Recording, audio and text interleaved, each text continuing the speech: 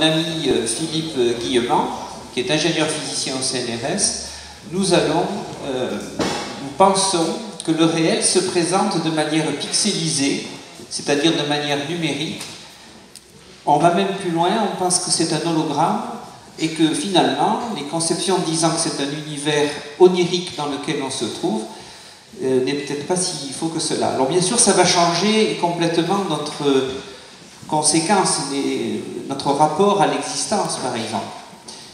Et il y a bien des penseurs, d'ailleurs, qui, avant nous, ont osé cette lecture, notamment en prenant Diogène Laërce, qui va dire « Et toi donc, dit quelqu'un, pourquoi ne mors-tu pas? Pourquoi cela ne fait aucune différence, dit-il » Eh bien, ça fait aucune différence, parce que si nous sommes dans un berceau d'informations situé hors du temps et de l'espace, et que nous sommes constitués de la même manière, effectivement, la notion de vie et de mort n'a plus aucun sens.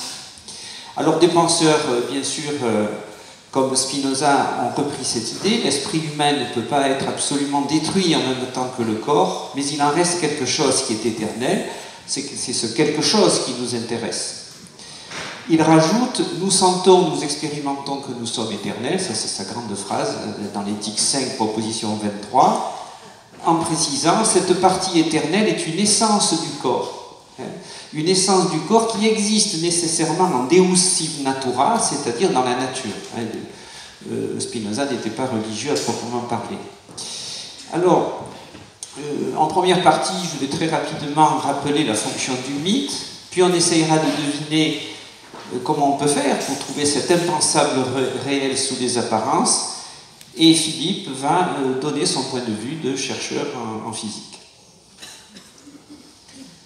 Alors les mythes, on le sait, sont fondateurs de civilisation, c'est formidable, ça nous permet de nous déployer, ça sert aussi de formidable anxiolytique pour notre espèce inconsolable et errante, qui se situe entre deux riens, un début et un à la fin. Mais les mythes ont un petit défaut, c'est que parfois ils deviennent délirants. Alors, pour exemple, nous sommes actuellement, là c'est une photo de Butch, nous sommes dans l'idée qu'on peut tout contrôler, alors qu'on oublie qu'il y a quand même toujours des petites failles dans le système. C'est une donnée objective. Jeff, à la question « Dois-je quitter Jeff ?», l'ensemble de mon réseau de contacts, amis et likers a répondu « Oui » à 93,2%. Ça fait partie aussi des dérives très rigolotes, c'est qu'on commence à déléguer à des algorithmes nos choix de vie, nos choix existentiels. Alors, les sociétés traditionnelles n'échappent pas à ces pièges. Leur lumière univoque de départ donne parfois lieu à des comportements totalement extravagants. Je veux accéder à l'humilité, je veux même devenir le numéro 1 de l'humilité. Voilà, là nous sommes aussi en présence d'une contradiction.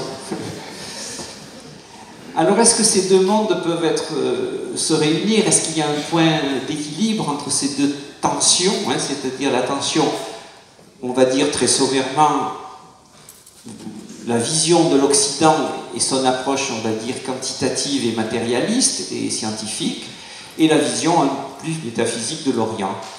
Alors, nous pensons que oui, mais comment? Par une sorte de logos, c'est-à-dire une connaissance vibrante et vivante, qui se situerait entre les deux, dans une sorte de point axial. Alors pour cela, il faut interroger les grands penseurs et métaphysiciens de la planète. Donc on a Ramana Maharshi qui va dire « Donc je suis esprit transcendant le corps meurt, mais l'esprit qui le transcende ne peut être atteint par la mort. Cela signifie que je suis l'esprit qui ne meurt pas. » Alors, ce qui est important ici, c'est porter l'attention sur ce qui tient, peut-être sur cette théorie de l'information que j'ai évoquée tout à l'heure. Le soi ne connaît pas l'ignorance, va-t-il rajouter. Nisargadatta Maharaj va dire « Quand je vois que je suis rien, c'est la sagesse. Quand je vois que je suis tout, c'est l'amour. Et entre les deux, ma vie s'écoule. » Ce qui est important ici, c'est entre les deux. La sagesse et l'amour, c'est bien, mais c'est l'entre les deux qui est important. Ce qui nous rappelle la proposition d'Anaximandre, qui consiste à dire « Les hommes apparaissent, d'autres disparaissent, pour ainsi dire, derrière le décor, reste l'ampleur de la perpétuelle présence. » C'est ce entre-deux qui est important. Alors des physiciens, comme le fameux Paul-Adrien Maurice Dirac, qui est bien sûr prix Nobel, va dire que le fondement du réel se présente comme une mer ondoyante parcourue par le jeu de la matière et de l'antimatière. On est très proche de ce qu'ont dit les penseurs métaphysiciens précédents. Toujours Nisargadatta, qui va très loin, vous rêvez d'un rêve que vous appelez le monde, votre problème est que vous aimez une partie de votre rêve et pas l'autre. Quand vous aurez vu le rêve comme un rêve, vous aurez fait tout ce qui devait être fait. Donc il faut absolument qu'on arrive à percevoir cette réalité de cette manière aussi. Alors Bergson, un mot couvert, plus difficile d'accès, va dire il n'y a de présence que pour une conscience. Il est vrai que c'est la conscience qui donne du sens, qui sélectionne une image et la distribue dans du temps, mais si on n'a plus cette valeur-là, cette capacité-là, on va découvrir quelque chose derrière qui est aspatial et intemporel. Alors comment être lucide sur tout ça? En 84, j'ai eu un éclair de lucidité. Depuis, rien. Ça, c'est totalement désespérant. Il faut absolument cultiver cette lucidité, qui est notre seule liberté possible entre nous. Alors, des physiciens, notamment Thibaut Damour, vont dire, selon la physique contemporaine, la vraie réalité est hors du temps. Il faut imaginer des cartes de jeu ramassées les unes sur les autres. Celles du passé, du présent et du futur coexistent. Il n'y a pas quelque chose qui s'écoule. Les aborigènes savent ça depuis très longtemps et d'autres sociétés. L'année dernière, on avait travaillé sur la métaphysique des gens de l'Asie centrale et de la Mongolie. Ils sont dans le même esprit. Alors, comprendre, c'est bien. Avoir l'expérience comme le font les artistes ou les poètes, c'est encore plus rapide. François Cheng, poète, va dire « Le noir est une couleur, le blanc aussi. Tous deux participent de l'origine, l'un appelant l'autre, l'un complétant l'autre. Entre eux, sans cesse, la vie fulgure et fait signe. » Là aussi, c'est le sans cesse, c'est-à-dire de manière éternelle, la vie fulgure et fait signe. Alors d'autres artistes comme Gauthier et Languereau vont avoir une vision pixelisée du réel. Mais pas seulement. Ils vont avoir une vision en miroir énantiomorphe. Et là aussi, c'est une approche qui nous fait penser au monde pixelisé, on verra plus loin, des aborigènes. Ça me fait aussi penser à certaines théories de physiciens qui nous disent que l'antimatière pourrait très bien être le miroir de la matière. Alors chez les aborigènes, ce qui est important, c'est la notion du temps du rêve. Le temps du rêve, c'est pour eux un berceau imaginaire et créateur d'où tout va émerger. C'est le lieu des grands ancêtres qui permettent la présence des événements et des choses. Mais ce qu'il y a de très amusant, c'est que ce temps du rêve est un espace parallèle à notre vie quotidienne. C'est une réalité qui s'interpénètre avec notre réalité du jour, de l'instant.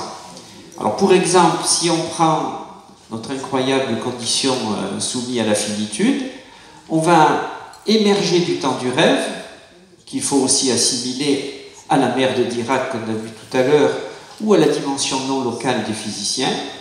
On passe à l'existence avec un système en courbe de Gauss ou en système thermodynamique par effet de dissipation, vous pouvez le voir comme vous voulez, pour culminer à la cinquantaine à peu près, et après, dans une sorte d'avalanche, tranquille, retourner au temps du rêve. Mais cette notion doit être interpénétrée avec la dimension non locale. C'est-à-dire que, comment on peut en avoir l'expérience? C'est le temps subjectif qui passe. Si vous prenez à l'âge de 10 ans une année, elle va nous paraître extrêmement lente, puisque c'est 1/10 de notre vie. Mais si vous prenez une année à 50 ans, c'est 1/50 de notre vie, pour, à 100 ans, être 1/100 de la vie. Donc ça va très très vite. C'est ce système élastique qui, déjà, il y a plusieurs façons, nous fait comprendre le côté un petit peu illusoire du temps, que Philippe va bien nous démontrer tout à l'heure. Donc l'avant de la naissance et l'après de la mort sont les temps du rêve, je l'ai dit.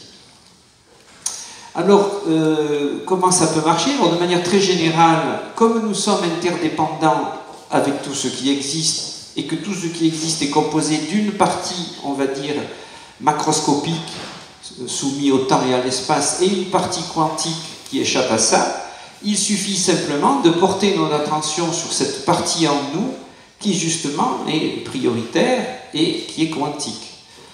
Alors comment on va s'y prendre? Bon, c'est vrai que moi ça fait une cinquantaine d'années que je travaille dans cette direction, j'ai beaucoup d'outils, mais schématiquement on peut reprendre l'analogie de la pelure de l'oignon, c'est encore la plus simple, qui consiste à dire qu'il ne s'agit pas d'enlever chaque couche de l'oignon pour traverser les différentes contradictions de notre personnalité ou pour se dépouiller, mais plutôt que de les enlever, on va les traverser. On va à une espèce de mort à soi-même, si vous voulez, et à la dernière couche, effectivement, il y a capacité de chavirement dans cette dimension non locale de la réalité, dans la mer de Dirac, dans le temps du rêve des aborigènes, on retrouve ça un peu partout sur la planète. Alors, dans les religions sans Dieu, ce sont des religions donc on va dire laïques, le changement de registre du réel peut se faire en même temps que l'on existe, donc à l'instant, là, on peut même le faire. C'est une question de pratique. Alors pourquoi? Parce que pour eux, il n'y a pas de commencement. Les mythes disent le commencement comme perpétuellement actuel, c'est nous qui avons inventé une origine et un commencement. Pour eux, tout est là, infiniment là, à chaque instant. Alors, on retrouve ça dans leurs peintures, qui n'ont pas pris une ride avec le temps qui passe. Et ce qui est très déroutant, c'est que ce sont des lignes continues qui sont fabriquées avec du discontinu. Chaque point est relié par un vide, et ce vide est à la fois la source des deux points qui apparaissent et le lien. C'est un système informatique binaire. On est dans une logique informatique. Quand on regarde l'œuvre par-dessus, elle n'a pas de haut, elle n'a pas du bas, et elle a même un système de profondeur hypnotique.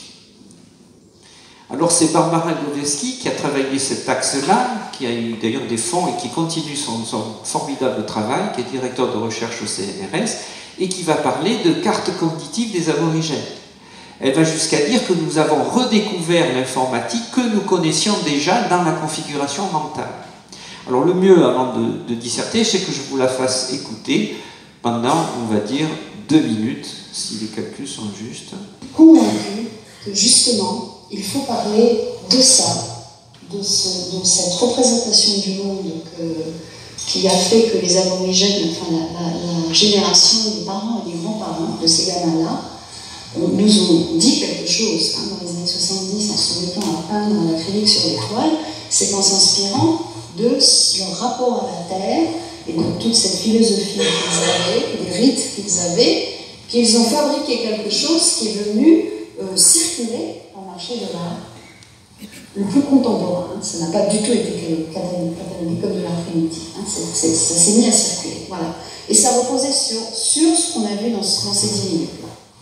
Bon. C'est-à-dire un rapport au monde. Un rapport au monde qui nous a touchés. Alors je dis, pourquoi ça nous touche quand on voit ces toiles? Parce que je suis persuadée qu'en fait, on les perçoit comme un artefact mental qui est de l'ordre de ce que j'expliquais au début, c'est-à-dire du réseau. Donc aujourd'hui, cette manière de penser aborigène est devenue moderne simplement parce qu'il y a une sorte de correspondance entre le fait qu'avec les nouvelles technologies, on s'est remis à penser de cette façon-là. Voilà.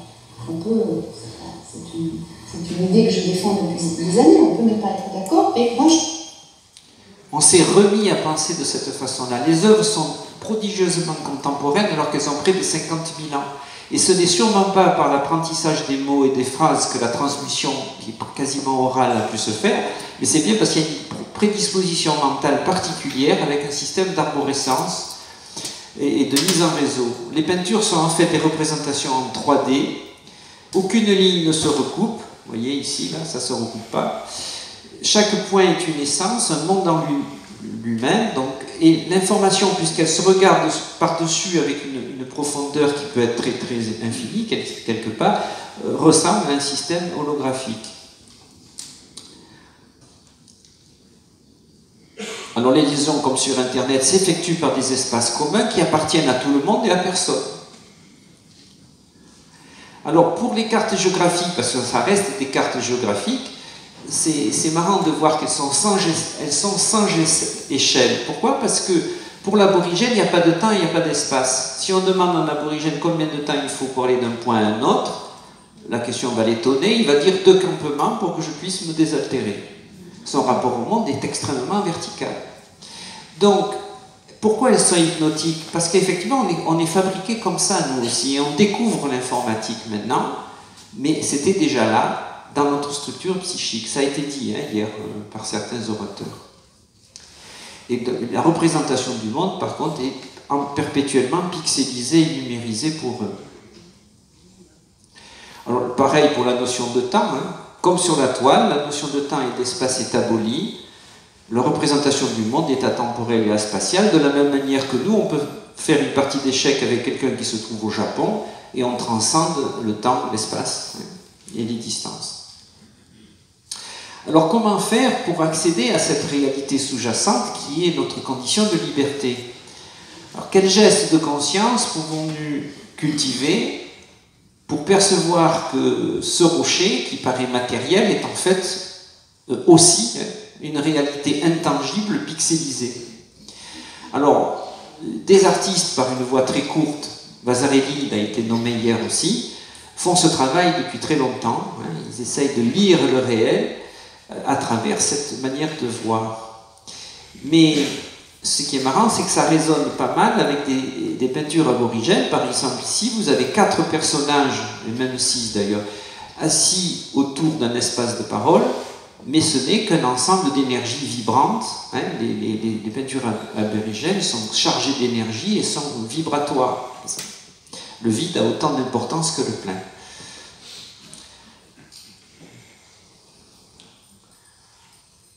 Alors, bien sûr que la plupart des artistes et poètes connaissent cela, mais peut-être un des plus précis là-dessus, c'est Magritte. Magritte qui doit être bien compris. Il a proposé déjà de dire qu'il ne s'agit pas d'étonner par quelque chose, mais que l'on soit étonné d'être étonné. Quand on est étonné d'être étonné, on augmente l'intensité de conscience de soi et on met en abîme la réalité qui se théâtralise, qui quelque part se dissipe.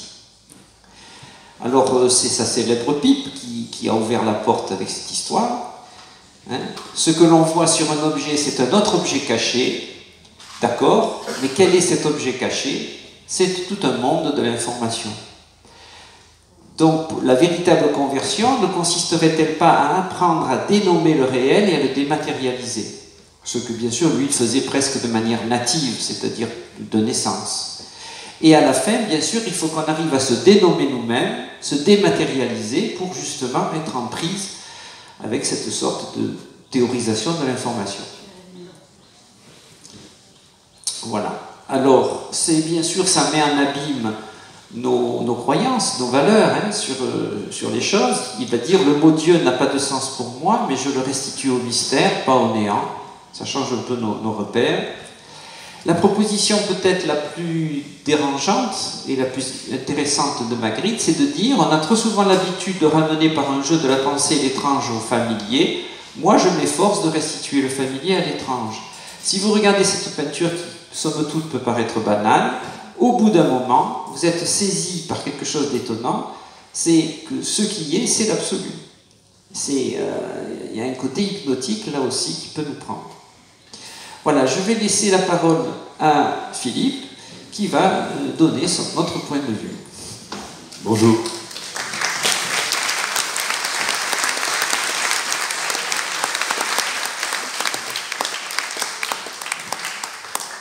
Merci à André qui a magnifiquement introduit ce dont je vais vous parler.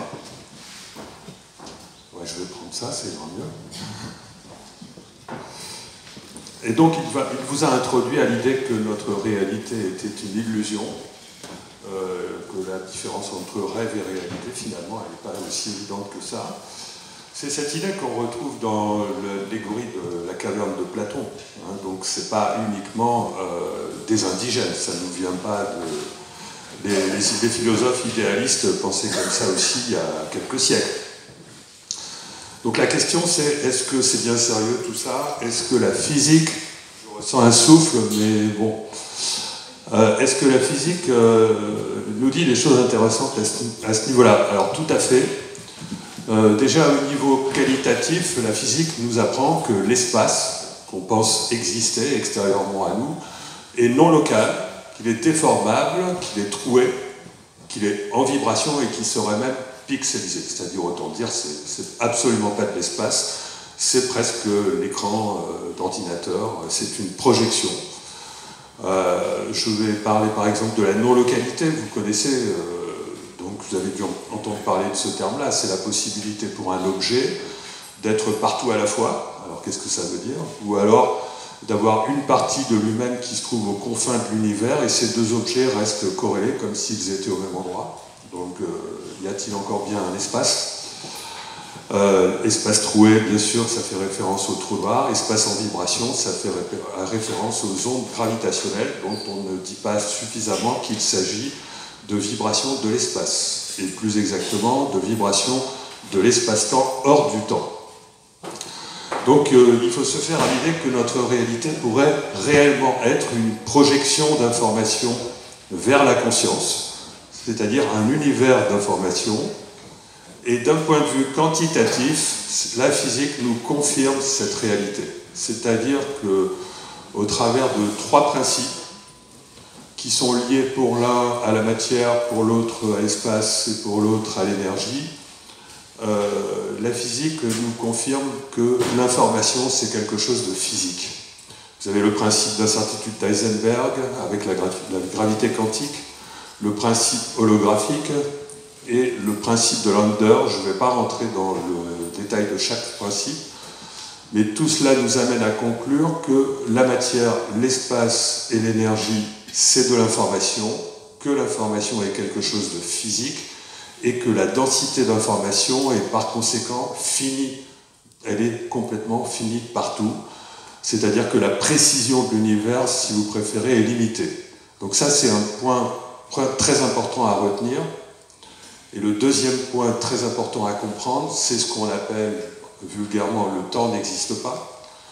Ça veut dire quoi? Ça veut dire que tout se passe comme si nous vivions dans l'illusion que nous faisons une balade en forêt, par exemple, qu'il y a de la brume devant nous, et que nous pensons que, en fait, cette brume, c'est le vide, c'est-à-dire que le sentier au-delà de la brume n'existe pas. Nous sommes en permanence piégés dans cette illusion.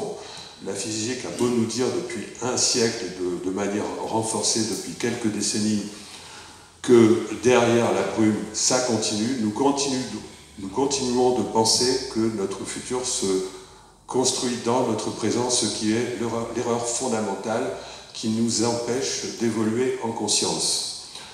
Ceci est corroboré par la théorie de l'univers bloc, qui est la théorie la plus acceptée aujourd'hui en physique, mais elle n'est discutée que par rapport au fait qu'a priori, elle nous priverait de libre arbitre, alors que ce n'est pas vrai.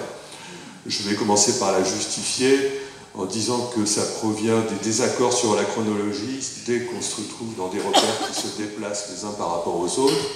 Ça provient de la dilatation du temps absolument inévitable lorsque vous avez une fusée, par exemple, qui part de la Terre et qui se déplace à une vitesse proche de celle de la lumière. On sait que lorsqu'elle revient sur Terre, il peut s'être écoulé 1000 ans, 1 million d'années, alors que dans la fusée, la personne a à peine vieilli. Donc les voyages dans le temps sont possibles. Autre chose nous dit, cette fois-ci en mécanique quantique, que le futur est déjà réalisé, c'est le fait que, je vous disais tout à l'heure que deux objets pouvaient être séparés par des distances absolument astronomiques et être intriqués, c'est-à-dire comme s'ils étaient le même objet, hein, ils étaient restés corrélés. Ceci est également vrai dans le temps, c'est-à-dire que vous pouvez avoir des événements dans le passé qui sont corrélés avec des événements dans le présent et qui sont corrélés avec des événements dans le futur. Et pour que ça marche, il faut bien que les événements futurs existent déjà. Et c'est même ainsi que se construit le futur, bien en avance. Donc il faut en déduire que la physique nous apprend qu'il faut arrêter de penser que le front du présent serait créateur de notre futur immédiat. Pas du tout. Et que donc, à partir du moment où on considère que notre futur est déjà réalisé, il faut considérer que ce qu'on appelle le temps présent, donc ce n'est pas quelque chose qui crée notre futur, c'est un espace pour notre conscience de manière à nous positionner dans l'espace-temps. Et de même que nous nous positionnons dans l'espace-temps, dans une certaine épaisseur d'espace, ce que je vois autour de moi, je suis également dans le temps qui est de l'espace, dans une certaine épaisseur de temps. Et cette épaisseur de temps, c'est quelque chose qui, sur la figure à droite en bas, que j'ai représenté par un cercle vert, contrairement à ce que pourrait considérer le cerveau, s'il pouvait être conscient, et que je représente par un trajet bleu, le cerveau a un comportement complètement mécaniste et ne se rend jamais compte des choix qu'il fait alors qu'il fait des choix. Par contre, la conscience, elle se rend compte qu'elle a des choix à faire. Et ce n'est pas le cerveau qui va orienter les choix de la conscience, parce que le cerveau peut aussi bien aller à droite qu'à gauche sans se rendre compte qu'il a fait un choix. Donc ça veut dire que nous devrions travailler avec un futur déjà réalisé et en même temps un futur flexible. Alors est-ce que c'est concevable? Eh bien la réponse est oui, parce que vous savez bien que si vous continuez le trajet au-delà de la brume, le sentier existe déjà et qu'il peut y avoir des bifurcations. Donc ça ne vous choque pas d'imaginer que vous pourriez avoir un futur déjà là, mais que vous pouvez également changer votre futur. Ce que vous allez changer, en réalité, ce n'est pas votre futur, c'est votre itinéraire à l'intérieur d'un futur multidimensionnel. Alors, est-ce que ça, c'est bien raisonnable? Est-ce qu'il est raisonnable de voir le multivers, puisque ce que je vous ai parlé, en prenant cette métaphore du territoire sur lequel il y a de la brume, qui nous donne l'impression que le futur n'est pas déjà là, alors qu'il existe une multitude de sentiers dans votre futur que vous pourriez emprunter, mais à un moment donné, il n'y en a qu'un seul qui est emprunté par vous, et il peut changer. Est-ce que c'est bien rationnel, cette affaire? Eh bien, j'ai fait 3 livres, d'une part, et 3 publications scientifiques, d'autre part, dont 2 dans la revue Annals of Physics, pour démontrer que c'était tout à fait possible. C'est-à-dire que la mécanique classique est totalement indéterministe et qu'il est tout à fait possible de faire évoluer des trajectoires que l'on emprunte dans le futur hors du temps. Si vous prenez un billard, par exemple, parce que j'ai fait ça à partir de calculs de billard, il suffit d'éloigner suffisamment les conditions initiales des boules et les conditions finales des boules pour voir apparaître de multiples trajets pouvant relier ces conditions initiales et ces conditions finales. Et vous pouvez également choisir les conditions finales. C'est juste une question de constante de temps. Cette constante de temps, je l'ai calculée, et c'est publié donc dans Annals of Physics. Pour comprendre ça, intuitivement, c'est bien de prendre l'image du GPS, c'est-à-dire que si on veut finalement savoir comment naviguer dans notre vie, il faut se dire que tout se passe comme si nous étions emmenés vers notre futur en suivant un conditionnement qui correspond au tracé d'un GPS. C'est-à-dire que le GPS ne fait que traduire finalement le conditionnement qui fait que nous allons nous comporter de manière automatique à tous les moments de notre vie, même lorsque nous avons l'impression de faire des choix. Sauf qu'il est tout à fait possible qu'à un moment donné, on s'éveille et on se rende compte qu'on pourrait très bien peut-être ne pas faire ce qui se fait et peut-être sortir un petit peu du sentier. Et dans ce cas-là, au lieu d'aller tout droit, la dame vous dit d'aller tout droit et vous décidez, ah ben non, là, cette fois-ci, je vais à droite. Et qu'est-ce qui se passe? Vous n'avez pas déstabilisé la structure de l'espace-temps, parce que l'espace-temps recalcule automatiquement votre trajet et la dame vous dit faites demi-tour. Et si vous continuez d'aller contre ce qu'elle dit, eh bien, elle dit à nouveau faites demi-tour, comme hier soir, elle vous l'a fait 3 fois pour arriver à trouver. Et à un moment donné, elle a compris que vous avez évolué réellement et elle vous a calculé un nouveau trajet. Et vous n'avez pas bouleversé l'espace-temps, simplement l'espace-temps est assez souple, est assez fluide, est assez flexible pour permettre ça dans la réalité.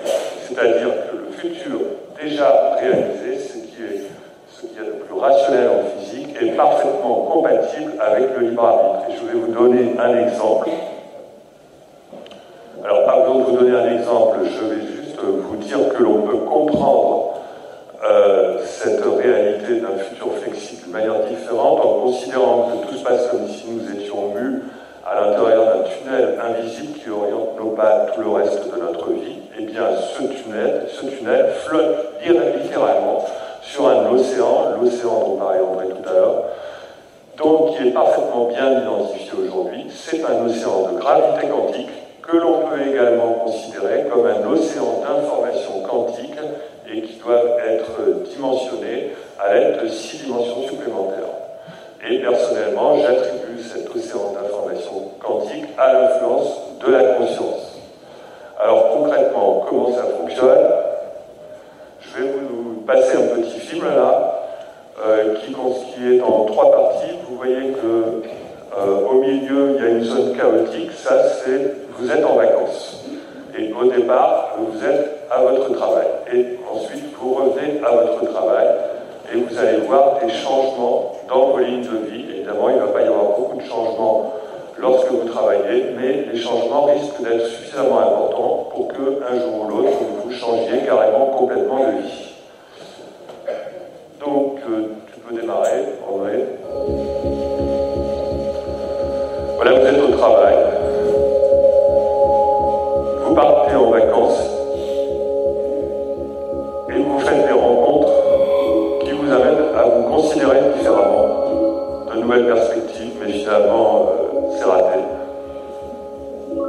Et puis, ce que vous avez acquis est en train de se reconfirmer à travers une seconde rencontre. Et il y a une résistance de l'ancien passé, et puis vous finissez à travers une 3e rencontre par stabiliser la nouvelle personne que vous êtes devenue et qui vient retravailler, mais dans le même job, mais avec un état d'esprit complètement différent. Voilà. J'espère que cette vidéo vous aura inspiré. Et je vous remercie.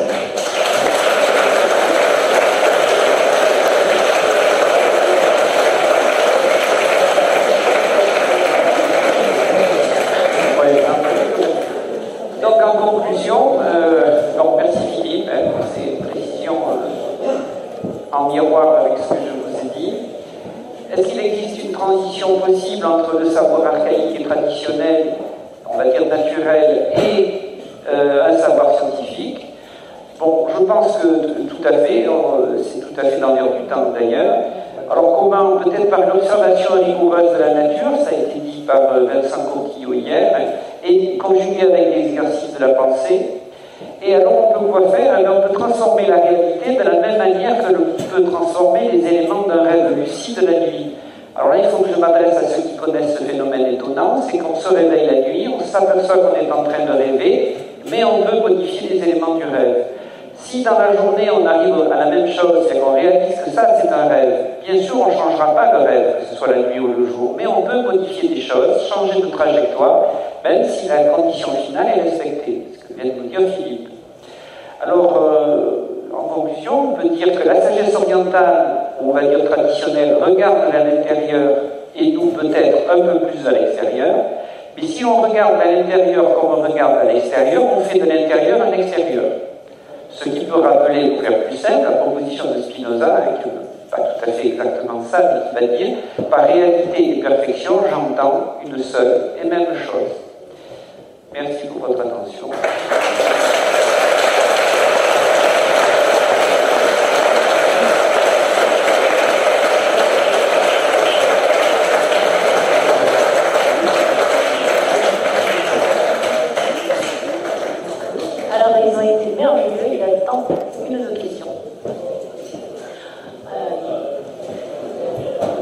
Il a envie de parler, Max. Est-ce qu'il y a quelqu'un d'autre qui a envie de parler à part Max? Allez. Je voudrais juste une petite précision. Est-ce qu'on peut faire une assimilation, comme vous l'avez fait souvent, je crois, entre objet et particules? Souvent, parfois, on dirait deux particules qui sont dans un même espace, sont corrélées, etc. Et objet. Est-ce qu'on peut faire une corrélation entre les deux, les assimiler ou non? Un objet est composé de particules. Oui, mais encore, le tout n'est pas forcément la somme des parties. Mais dans quel contexte feriez-vous la différence? Une particule est quelque chose d'infiniment petit et se trouve dans un état quantique, alors qu'un un objet quelque chose de macroscopique et n'a plus d'état quantique, c'est ça que vous voulez dire? Eh bien, aujourd'hui, on sait, et la physique a suffisamment progressé pour montrer que, théoriquement, il n'y a aucun problème pour rendre un objet macroscopique de nature quantique. D'accord? Ça ne se fait pas, par contre, dans les conditions de température ordinaire. Et c'est une question de technologie. Il faut arriver à passer ce qu'on appelle le phénomène de décohérence qui intègre l'objet dans notre réalité. Voilà. C'est tout à fait théoriquement possible. D'abord, merci pour ce super exposé. Et je voulais vous poser une question, Philippe, parce que je suis un peu... quand on parle de libre arbitre, ce qui me donne une impression un petit peu presque pessimiste, c'est qu'on a l'impression que notre passé et notre avenir sont déjà écrits. Et que dans notre passé, finalement, et je trouve ça assez génial, c'est que le futur, effectivement, s'il n'est pas déjà prédestiné, on ne peut pas imaginer le futur que vous dites. Et le libre arbitre, à ce moment, n'agit que dans le présent, si j'ai bien compris. Oui, mais il prend son information hors du temps. Hein. Donc, le libre arbitre, si vous voulez, c'est la possibilité de se connecter à une plus grande dimension de soi-même. Oui. Hein. Donc, une dimension supplémentaire. Et quel intérêt a-t-il, puisque le futur est tout le temps même? Alors, pour arriver à glisser d'une ligne temporelle à une autre, c'est-à-dire pour arriver à changer d'univers. Vous avez entendu parler du multivers. Les multivers interprètent d'habitude ça comme étant un ensemble d'univers séparés, c'est-à-dire que les myriades de vies alternatives que nous pourrions avoir existent bien, c'est reconnu, mais elles existent dans des univers complètement séparés, et avec dans chaque univers une vie complètement déterministe. Ceci ne tient pas compte du fait que l'information physique en physique est bornée, et du fait que l'information est bornée, il y a la possibilité de passer, de transiter d'un univers à l'autre. Donc il faut se mettre dans la tête que la nouvelle vision du multivers qui va arriver à s'imposer dorénavant, à partir de maintenant, parce que je vois mal comment on va pouvoir contourner l'idée de la flexibilité, c'est une idée qui va nous permettre de passer d'un univers à l'autre par la conscience. Je voudrais simplement commenter pour répondre à Jean que si tu veux, sur le libre arbitre, il faut lire absolument le débat qui a eu lieu entre Dirac et Einstein, Dieu joue-t-il au dé, etc., parce que ça a été un des gros problèmes sur lequel Einstein a chopé. Il y a pas mal de textes là-dessus, et je pense que ces deux-là étaient les personnes les plus au monde capables d'extrapoler leur théorie chacun, et personne n'a pu conclure sur le débat. Et si eux ne peuvent pas, honnêtement, même 100 ans plus tard, on n'est pas à ce niveau-là et on ne peut pas. Ça, c'est des premiers commentaires, donc le débat est complètement vert. Et j'aurais corrigé l'histoire des multivers, parce qu'André l'idée qu'il a créée, il ne l'a pas créée du tout dans cet esprit-là. C'est une fluctuation quantique. Quantique, effectivement, pour expliquer l'extension, l'inflation, la première seconde de l'univers. Mais ce sont des univers, ça rejoint ce que disait Jean-Claude, c'est-à-dire qu'on ne peut pas traiter la vie ou l'entité d'un ensemble de particules qui essaie de réfléchir comme une chose inerte et qui pourrait changer l'univers, c'est simplement mécaniquement et matériellement des possibilités. Comment se greffe la vie là-dedans, etc., c'est complètement un point d'interrogation, et qu'on saute d'un multivers à l'autre, non. On ne peut pas changer, ça n'a pas été créé dans cet esprit-là. Ça ne veut pas dire qu'on puisse pas s'imaginer, se transposer, s'amuser à y réfléchir, mais il n'y a aucun besoin de cela, pas plus que Dieu qui joue au dé, pour, quand on l'a créé. C'est créé pour une raison de fluctuation, et c'est créé pour essayer de relier un peu les instants d'Einstein. J'ai discuté avec son créateur. Oui, mais je ne suis pas d'accord. Alors, je vous explique. Bon, d'abord, il y a plusieurs types de multivers. Celui dont vous parlez, c'est celui qui provient des univers bulles, d'accord? Donc c'est à la nuit. Il y a ce multivers-là. Il y a le multivers des univers bulles. Il y a le multivers de la théorie des cordes, avec ses 10 puissance 500 possibilités. Et, oui, si, il est toujours là.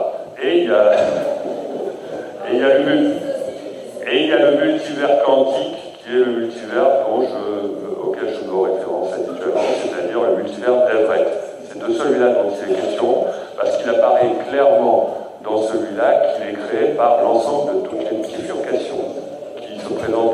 dans notre vie. La question est de savoir si, lorsqu'il y a un choix à faire, est-ce que vous créez deux personnes issues de vous-même se mettent à exister, alors qu'auparavant, il n'y en avait qu'une. La question, elle est là, et c'est ce multivers-là qui a été popularisé récemment, hein, et dont on a largement parlé dans la littérature scientifique. C'est le multivers quantique qui pose le plus de problèmes, parce que dans ce multivers-là, il apparaît clairement que les choix ou bifurcations ne sont absolument pas gérés. On ne dit absolument pas, nous qui vivons dans un univers bien déterminé, quels ont été les choix qui font qu'on s'est fait retrouver dans cet univers-là. Donc je suis désolé, c'est un problème absolument fondamental qui n'est absolument pas résolu par la physique actuelle. Et de dire que maintenant, il n'y a pas d'amalgame parce que le fait de vivre dans un univers... Je vous propose que vous repreniez ces conversations durant la pause. Je veux simplement dire ça, c'est que bien sûr ces débats sont infinis, nous sommes dans la contradiction. Le seul moyen de dépasser la contradiction, c'est de faire l'expérience nous-mêmes de notre métaphysique. On est fabriqué pour ça. On est fabriqué pour chavirer dans la dimension non locale. Il suffit de pratiquer. Je sais que la plupart des gens dans la salle le font depuis longtemps et on ira plus vite que les scientifiques. Merci.